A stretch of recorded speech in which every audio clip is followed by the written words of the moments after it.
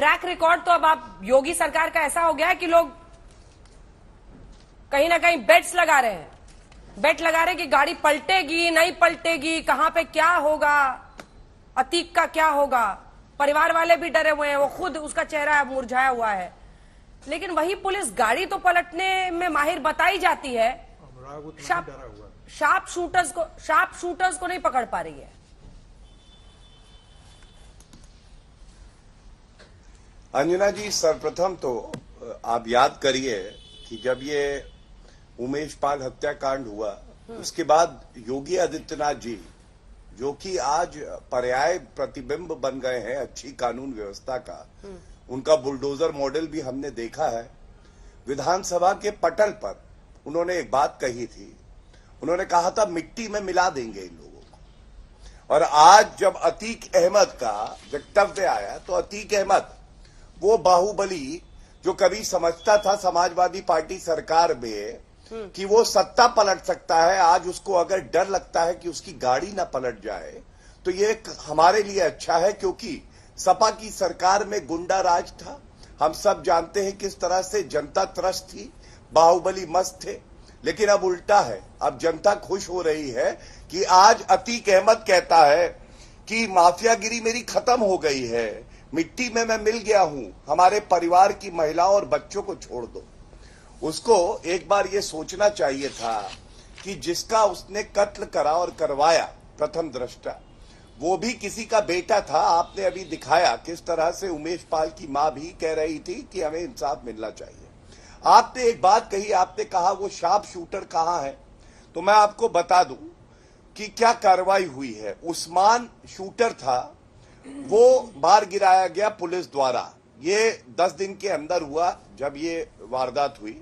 अरबाज एक और शूटर था, वो भी मार गिराया गया। हम सब देख रहे हैं अतीक अहमद थर-थर कांप रहा है। ये कानून की ताकत है। और ये क्या दर्शाता है? ये दर्शाता है कि जब इकबाल हो कानून का, वर्दी का, तो गुंडे जो अपने आप को बाहुबली समझते हैं, वो बाहुबली नहीं होते हैं, वो माफिया नहीं होते हैं। माफिया माफी वीर बन जाता है। और अगर माफिया माफी वीर बने तो ये उत्तर प्रदेश के लिए भी अच्छा है और देश के लिए भी अच्छा है।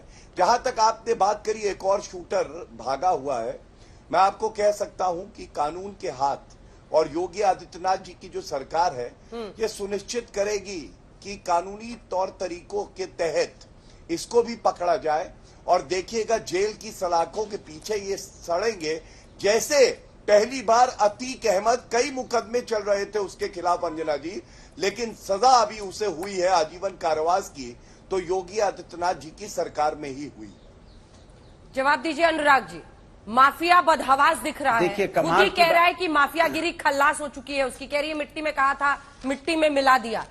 तो फिर कुछ तो बात होगी ना जिसकी वजह से माफिया के होश उड़े हुए हैं। देखिए 2017 के बाद से भारतीय जनता पार्टी की सरकार है, उसके पहले समाजवादी पार्टी की सरकार थी जिसमें उमेश पाल को कोई छू भी नहीं पाया। और जैसे इनकी सरकार आए 5 साल हुए और उमेश पाल की सरेआम हत्या कर दी जाती है, जिसपे ये बोलना भी नहीं चाहते हैं, जिसमें पुलिस वाले भी उनकी सुरक्षा में थे।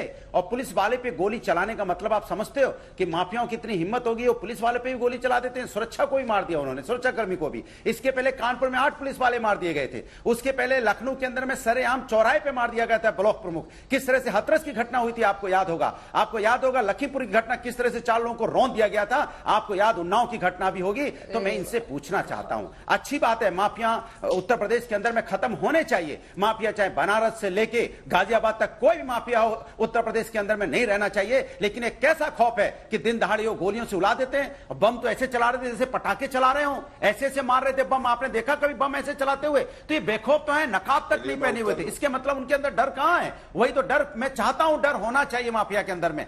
तो ये सीधी सी बात है। और ये बार बार जो श्रेय लेने की बात करते हैं, जिसकी ये बात करते हैं, आज पूजा पाल विधायक है तो समाजवादी पार्टी से विधायक है वो, उसको सम्मान अगर किसी उसकी पत्नी को मिला है तो समाजवादी पार्टी में मिला है। और आपने क्या किया कि आप तो सुरक्षा तक नहीं दे पाए, गवाह उसकी हत्या हो गई जिसपे आप चर्चा भी नहीं करना चाहते। ये हमारे उत्तर प्रदेश के लिए चिंता की बात। और रायल हसन कौन था?